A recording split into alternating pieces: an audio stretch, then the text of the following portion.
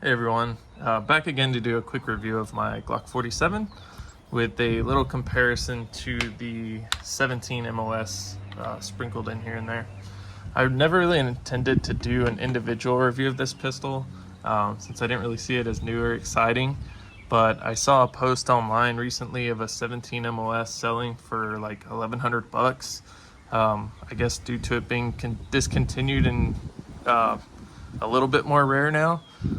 So I figured people might like to know more about the 17 MOS's replacement, which is the 47. Just as a little bit of background info for those who are unaware, the 17 MOS was discontinued a little over a year ago. There are still some lingering new old stock that was still in inventories for a while, but it seems like most of that has finally dried up and the used prices are creeping up quite a bit. Glock still seems to be willing to make a 17 MOS for large-scale law enforcement or military orders, but for the average Joe on the street, they've cut it off. I don't really understand this, as the 17 Gen 5 is still in production, and it really doesn't seem like it'd be hard for a company of that size to continue with the extra model and do a little bit of extra machining on the 17s, but here we are. For a full-size optic-ready Glock, with a 4.5-inch barrel, your only option from the factory now is the 47. I'll first go over a few things that I consider pretty universal regarding Gen 5 Glocks, for those who are new to Glock or just generally unfamiliar. In my opinion, the Gen 5s are accurate. They're a dependable pistol.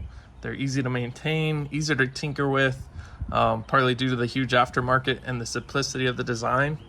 And with the exception of the plastic sights that they come with and the kind of lame MOS plates, they're a decent platform out of the box. I think the triggers are adequately decent. The slide serrations on these are, in my opinion, perfect. And the controls in general for my hands are about perfectly placed. Really my only big complaint with them is the grip texture.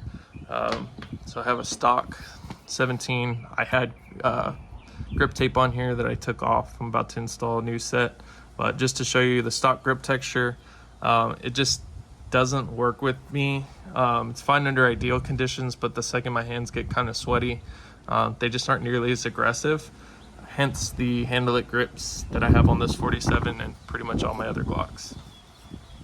I got this 47 right around a year ago, and it's sitting at 3,300 rounds as you see it here. Pleased to report that I have not yet experienced a single malfunction with this pistol, and I really don't baby it either. Typically it gets clean between 500 and 1,000 rounds, unless it gets wet for some reason, and I carry it all day, every day at work. One thing that regularly pops up on the internet is the wear that the Gen 5 show, here where the barrel and slide contact each other. As you can see here, it's decently worn, but I would not call that excessive, and it really seems to level out after a few hundred rounds. Hasn't gotten any worse. So just for another comparison, I don't have my spreadsheet handy on round counts, but that's how the 17 Gen 5 MOS looks, and I want to say this one's like 1,500 to 2,000 round range, but I don't remember off the top of my head.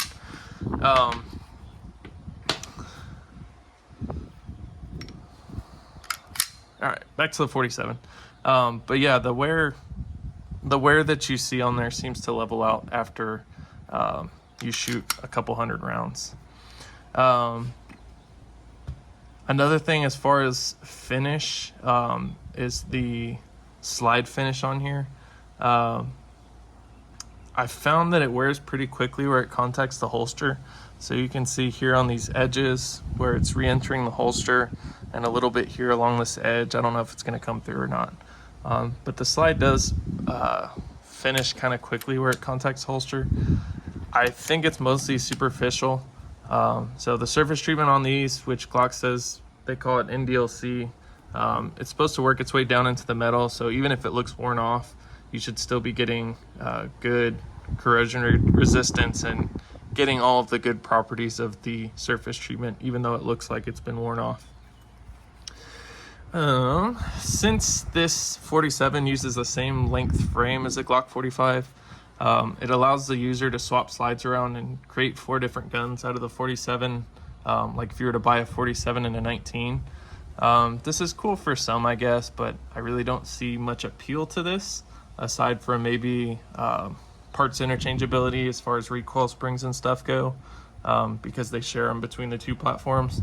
Otherwise, personally, I'd rather just buy two different pistols. I have never swapped them around personally. Even though I own a 19, I own a 45, I could swap stuff around. I just don't really see the point. Really, that's most of what I have to say about the 47 individually. It's a full-size Glock, and despite what the company will tell you, it's not perfection, but it's dependable, customizable, and overall an outstanding duty or defensive handgun. So, with the individual side of the review done, I'll go into the comparison between the 47 and the 17. Long story short, the difference is pretty much indistinguishable. I've gone back and forth between the two. Literally shoot them back to back, and there was not any perceptible change in recoil or overall feel that I could tell shooting them back to back. With full power ammo, they both seem to throw brass half a football field away, which is a welcome change from the often anemic Gen 4 ejections that would spit it in your face and just do all sorts of weird stuff. With standard target ammo, they have solid ejection. It doesn't throw it quite as far, but it's pretty much identical to each other despite them having different size recoil springs. I couldn't really tell much difference. If I was to shoot both of these blindfolded, I think I would legitimately have a hard time telling which was which. Aesthetically, I have to say I prefer the classic look of the 17. Which to me is the original and still the best Glock. I know that's purely opinion, but to me that's the best one. The overbite look that the 47 has, it seems either like a confused and goofy 17 or a 34 which got shrunk down in the wash. So it's just kind of has grown on me though, and I'm pretty much used to it at this point, but I still looking at it purely from an aesthetic or looks angle, I do prefer the 17. One quick note for the Safariland holster users out there, a G17 holster will work for the 47, but not vice versa. Safariland, I guess as a way to make more money, put a 34 style muzzle plug in the G47 holster, which has a plug for the recoil assembly recess here. I don't know if I can really make this work on camera, but you have a recess here because it uses that smaller recoil spring. You don't have that on the 17, so there is not interchangeability with that. So if you're trying to buy a holster that you want to share between the two, make sure you get a 17 holster and it'll work fine for both. It's kind of annoying that they chose to do that, but they want to sell more product and make more money, but that's a different topic. Anyway, who should buy this pistol? Since the 17 MOS is no longer an option to buy new, you're really kind of stuck with the 47 MOS, or the 47 period, I guess, if you want an MOS capable Glock with the 4.5-inch barrel. People knock the MOS system, but I like it for several reasons, most of which is because I'm indecisive with optics.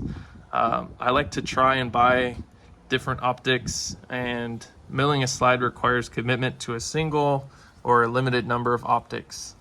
The stock plates that come with the MOS, they do suck, but there's great aftermarket options now.